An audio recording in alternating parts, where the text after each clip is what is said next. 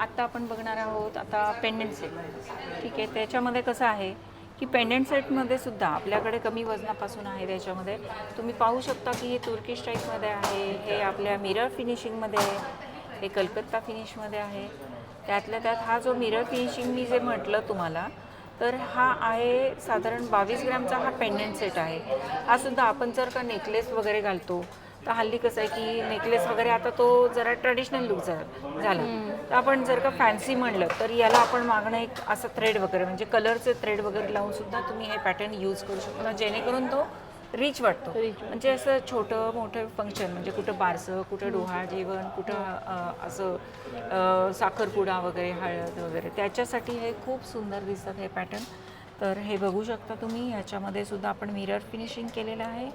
Mirror finishing म्हणजे काय की ह्याच्यावरती जे वर्क आहे हे वर्कला आपण खालनं असं रिफ्लेक्शन देतो. रिफ्लेक्शन मीन्स मागे आपल्याला असं वाटतं याच्या खालती काच लावलेली आहे का, पण काच नाही आहे, त्याच्या मागे आहे हा असा सोन्याचा पत्रा. आता ही जाळी लावलेली ही पूर्ण सोन्याची आहे.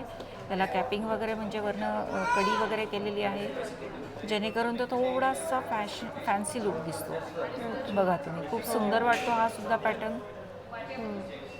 हे पण याच्यावरती हँडवर्क केलेलं आहे. आणि विथ इयरिंग हा सेट आहे. साधारण 2.5 तोळ्यापर्यंत हा सेट आहे याच्यामध्ये.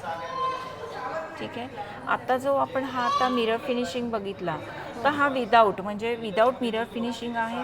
हा साधारण 11 ग्रॅममध्ये. ह्याच्या मागे हा असा त्याचा बॅक आहे ओपन. हे सगळं वर्क बघू शकता तुम्ही. हे सुद्धा हाताचीच कलाकुसर आहे. त्याच्यामधल्या पाकळ्या वगैरे सगळं हाती वर्क केलेलं आहे. हे सुद्धा तुम्ही चेनमध्ये सुद्धा वेअर करू शकता, थ्रेडमध्ये सुद्धा. म्हणजे फॉर एक्झाम्पल हा असा की थ्रेडमध्ये सुद्धा तुम्ही हे असे पॅटर्न असं वेअर करू शकता. हे असं घालू शकता तुम्ही या थ्रेडमध्ये. ओके, म्हणजे वेगवेगळे म्हणजे तुमच्या साडीचा जो कलर असेल त्याप्रमाणे तुम्ही थ्रेड यूज करून तुम्ही हे वेअर करू शकता.